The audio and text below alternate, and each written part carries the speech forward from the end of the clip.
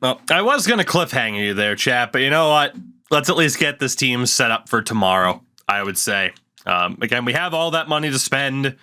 We know high-end talent. It's not great when, like, Kyle Turris is the guy to sign. Goalie-wise, the best dude is Chad Johnson, which, don't get me wrong, every team needs a good Chad or two, but yeah, we're going to be relying on prospects that may be available. So, let's take a look. We'll actually start off with goaltenders. Top prospect there is Joseph Woll. I don't think we need to bring back Bernier if Joseph Woll is out there. He is definitely our top target for a goaltender. Defensively, Bigris is ours. So outside of that, it's Matt Benning, Troy Stetcher, Josh Manson's 26, Libor Hayek, who I almost traded for. Ends up not coming to terms with his team. So we'll try to bring in Libor. Low 4, Marcus Niemelainen's there. Victor Antipin is a high 6, but he's 25. I mean, obviously, Bigris and Stetcher are going to cost... I mean, Benning, I should say, not Bigris. Bigris will cost us, too, given that he's ours. Marcus Niemelainen. I just don't know if low 4 is worth getting. It's like, I want to say it is, because I don't really know how potentials work in this game yet. For forwards, Yak, who is ours. High 9s, good lord. Good lord. Well, we have Boris Kachuk. We'll try to steal away Taylor Radish, Rasmus Asplund, and Jordan Greenway, all of whom did not sign with the teams that drafted them. There are other guys out there like Cliff Poo, so on and so forth, but I do think we still have to prioritize the very best in terms of players that are available. So we're going to start off with those guys. The prospects are still our top priority here in free agency. Radish, Kachuk, Greenway, Woll, Hayek, Asplund have all accepted. So our prospect pool gets stronger. We still have $41 million to spend, which is insane. How many contract spots do we have? It might honestly not take that long to get this team set up properly. 39 of 50. And you could double our salary and we would still not be over the cap. Which is ridiculous. If we look at goalies. 1, 2, 3, 4. All we need is depth. Skapski, Sandstrom. I mean, we're going to run with the younger goalies. So we need 2 depth goalies for both NHL and AHL in case of injury. Let's go handle that. Then we'll double check defense. So said depth goaltenders might as well be veterans. Let's go for Mike McKenna, former Portland Pirate. We'll hand Mikey a boatload of money because I'm biased. And former Bruins goaltender Hannu Toivonen. We'll also give him a good amount of money. Defensively. Shout out to the Ducks beating the Avs in a shootout, by the way.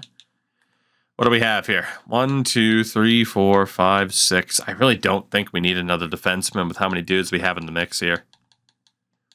Although if you can get better, why not, right? It's kind of the situation that we're looking at. Is, well, we have the money. Why not sign dudes who are better than the younger guys that we already have? And just get better now. So Benning apparently went up an overall point throughout free agency. But it's Benning, it's Stetcher that could really improve here. If we wanted to go for a prospect. Otherwise, we'd be looking at medium top 6s. It'd be, what was that, Tarmo Renanen? It is Tarmo, okay. He's really the only guy, actually. Send Tarmo a deal. And then forward-wise, medium 9s. Hudson Elnuik. We'll go for Cliff Poo. because it's Cliff Poo. Carson Twarynski, former member of the Calgary Hitmen. Anybody else that kind of fits the bill for us? Not really.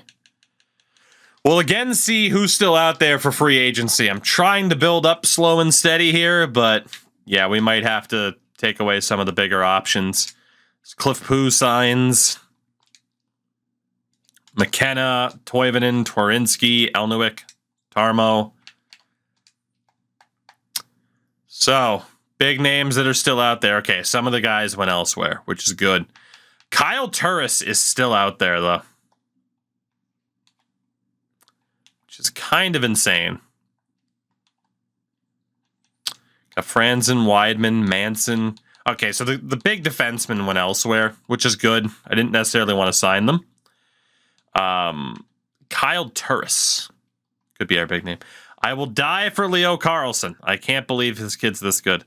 Chauncey, first and foremost, don't do that. Don't do that. But secondly, I don't think anybody predicted that Kyle Turris, that Leo Carlson was going to be as good as he is. Nobody expected it.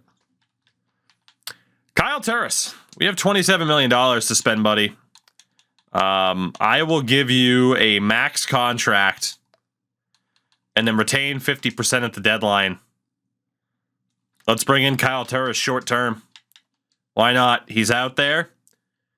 He signs. Maybe he makes our team better sooner than we thought. Or maybe he's kind of bad. And in which case, well, we get rid of him, and then that's fine. As Nail Yakupov. Nail Yakupov makes it. As does Duncan Simons. Carter Verhaeghe, all the RFAs. I don't even know what I'm saying anymore. I got distracted. I'm sorry. Losing my mind. I'm gonna blame. Blame? I need to go to bed, don't I? Jesus, I'm losing my mind. I need to go to goddamn bed. That's what's happening here. Shoosh. Losing my mind. All right. So let's see. It's taking longer to get the start of the regular season than I would have thought. There we go. So I'm going to go to the wrong spot, first and foremost. Good start. Good start. Crushing it right now. Firing on all cylinders. RFAs, I don't believe we have anymore. We do still have one. That is one Chris Bigris. We'll sign him to what he's looking for. That should bring us up to 50 contracts. It says we're at 49, so hopefully it doesn't do the weird thing where it's like, actually, you don't have space to sign this guy. There it is. All right, so now that Biggie is back, what do we have for a team? Goalie-wise, it is going to be Skapski and Sandstrom that get the opportunity. Defensively, we can send down Ruop. So goalies, Skapski, Sandstrom, McKenna as the depth, Gustafsson, Wall, Toivonen as the depth. That is some good young goaltending. Defensively, Barry, Bigris, Zadorov, Mironov, Sulak, Anderson. No way Anderson's made this team. Oh my God. Okay, well. I have too many dudes. I have so many dudes, especially on defense. Jesus. I think it's time we already start like flipping guys to get better players now. So Anderson's not going to make the team because Dylan Blugis is ready to go.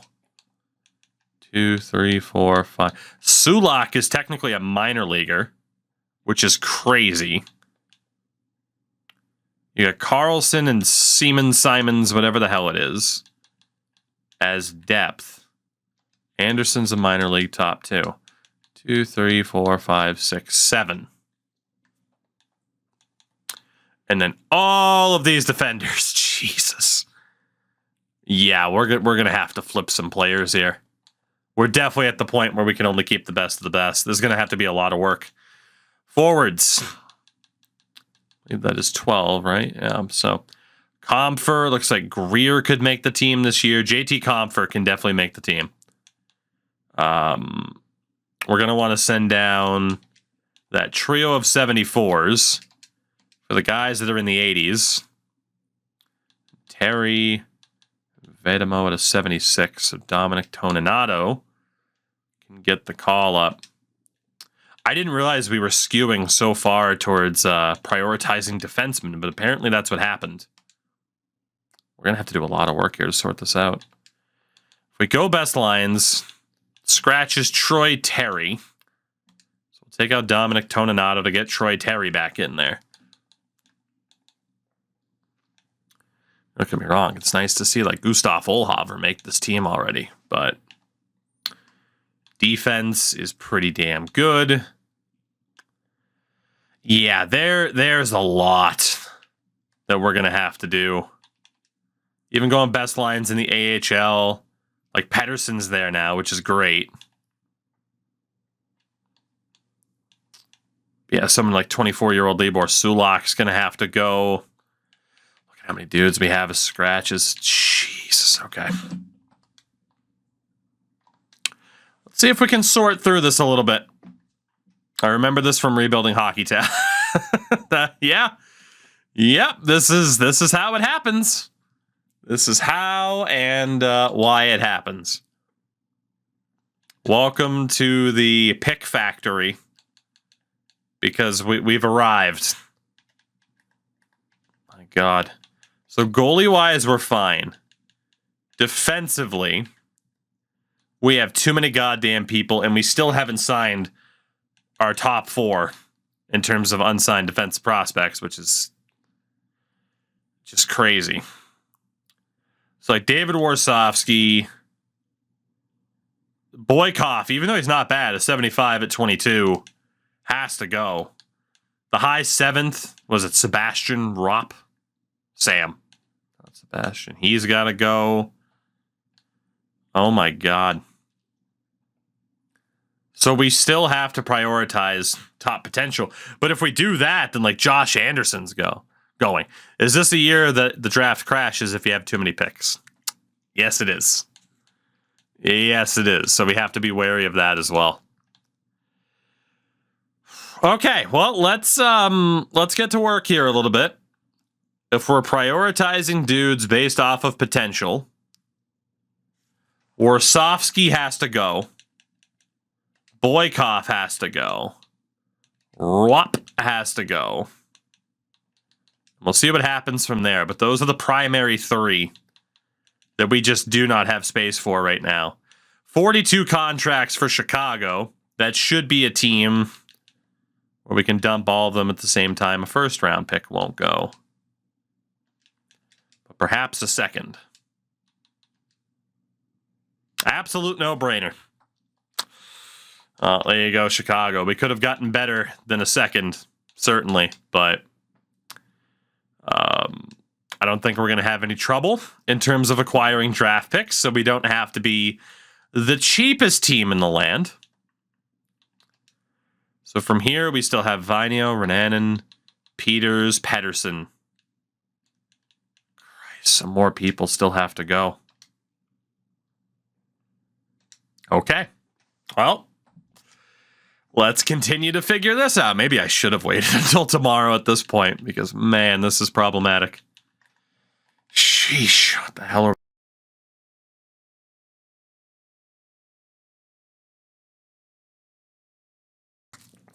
So we have like Simons, Blugis, Mironov, Sulak, all in that same kind of category. Simons isn't going to get much better than where he's at. Blugis and Mironov, Sulak. Obviously, we have Anderson, both Anderson, Josh, and Rasmus. So many of these younger guys are close to being where they need to be, too. And again, we don't even have Kale McCarr signed. So the lower overall medium top 6s, they are now on the chopping block. I'm going to do my best to not trade these dudes. Because, my God, can we just rob the AI blind? So, Tarmo, we did just sign you, but you got to go. Alex Peters has to go. Vinio has to go as well. We'll keep Anderson. But yeah, these three, I don't think they're particularly bad or anything. We just don't have the space. I'm sure we can quite easily land the Jets first. What about a first and a second? Not a first and a second. Renan and Peters, Vinio for a first. Still didn't go through. Okay, at least the AI is being a bit difficult. And I don't want to say stringent, but kind of. About their first round picks. Is there anybody with bad potential? What about this low 4 Voloshenko? He's a 72 at 20. 67 at 19, 70 at 20. This low 7th and this medium 7th. Is that enough to push it over the edge? Yes, it is. So we get Winnipeg's first round pick as we clear out a few more defensemen from this team, trying to open up space to sign some extra forwards. As it is, we already have freaking Kyle Turris that I don't need on this team. Look at this freaking defense. So Pettersson's the one guy left out in the cold. It makes sense for it to be Libor that gets dealt then. That'll make room for Pettersson. And we'll have our numbers there. So, Mr. Shulak, you need to go. You are 100% right, though, that this is how rebuilding Hockey Town just became absurd because we just kept recycling people that we didn't need for high picks, and it just kept going and going and going. Chicago would work. Los Angeles.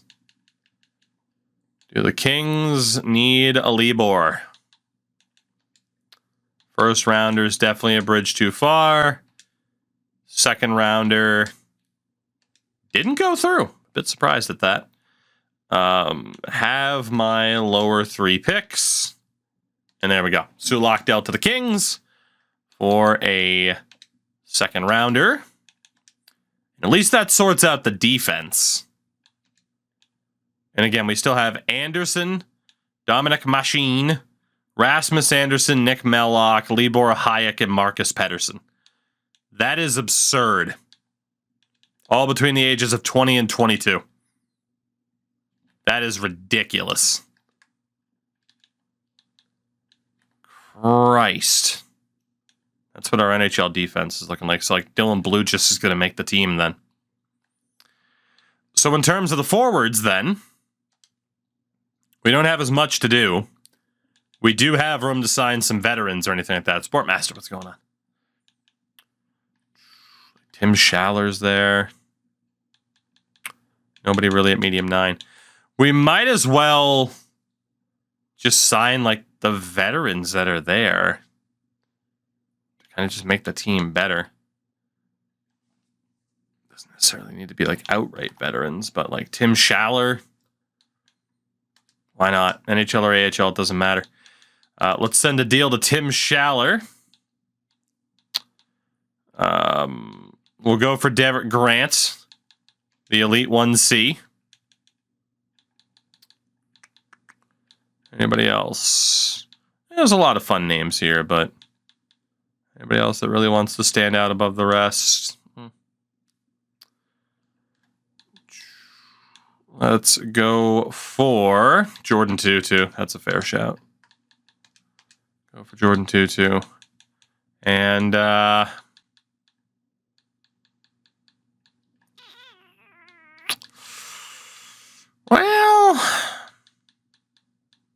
Tommy Wingles, Devontae Smith-Pelly. Go for DSP. We'll also go for Patrick Maroon because it's Patrick Maroon. And that should be enough to work out all the contracts that we needed. So we get in trouble for trading somebody away, but it is what it is. Everybody accepted. All right, cool. So what do we look like now? Obviously, again, the big logjam was the defensive side of things. Offensive's easier to sort out.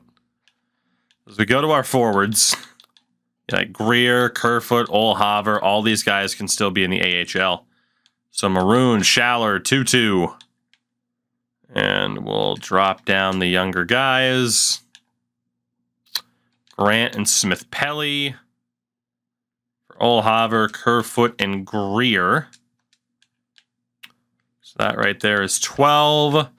We need the oldest dude of this bunch. Kerfoot's 24. Was he always a low 6? Tornado's also 24. Andy Agazzino. Perfect for the 13th forward. So speaking of best lines, it's going to be a pretty different team, to say the least. Louie, what's going on tonight, by the way, aside from the Ducks one?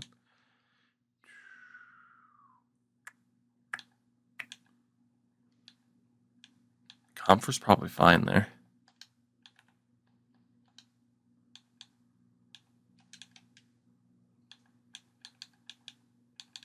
I think that works. I think it does. Let's see, third line. All good centers. Go Yakupov, Turris, Jost, and then Landeskog, McKinnon, Rantanen. It's still a fairly competitive team. I don't think it's going to be good enough to be a playoff team, as we're just kind of waiting for a lot of our prospects to develop. But that was the right call to bring in a bunch of veterans like that. Simons is scratched, but unfortunately he has to be. It's him, Blugis, or Mironov that gets scratched. And Dunk is, well, he's 25. Blugis is 24, Mironov is 24. So honestly, I agree with it. I agree with the placement. And we still have Chris Biggerus now on that higher line with Tyson Barrie. That works. Goalies Felix Sandstrom and Mackenzie Skapski. So not bad for the NHL. We'll be pretty much at the same level that we've been. AHL. Brendan Ranford. We could take out for Cliff Poo. Dude, this AHL team is stacked.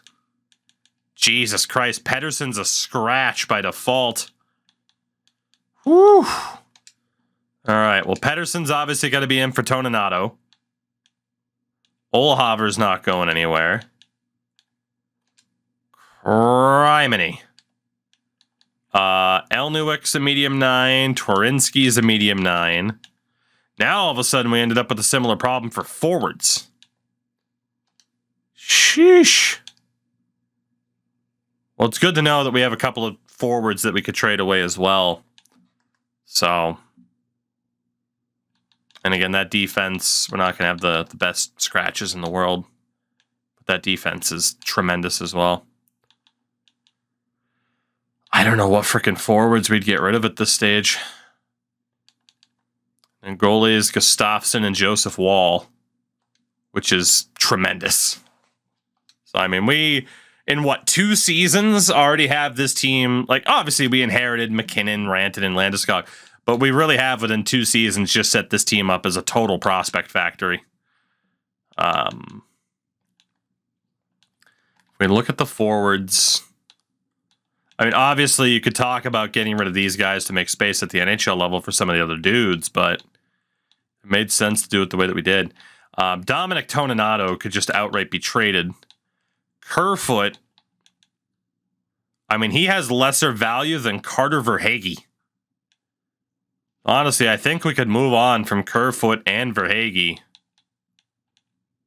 Vedamo at a medium 9. You got Olhaver, but he's not going anywhere at that age and overall. Tim Schaller was signed. I still want to keep Yakupov. Yeah, I feel like that's the best way to kind of clear out some space right now, is Verhaeghe, Kerfoot, Toninato. People keep joking about Kerfoot to Toronto, but they don't have the space.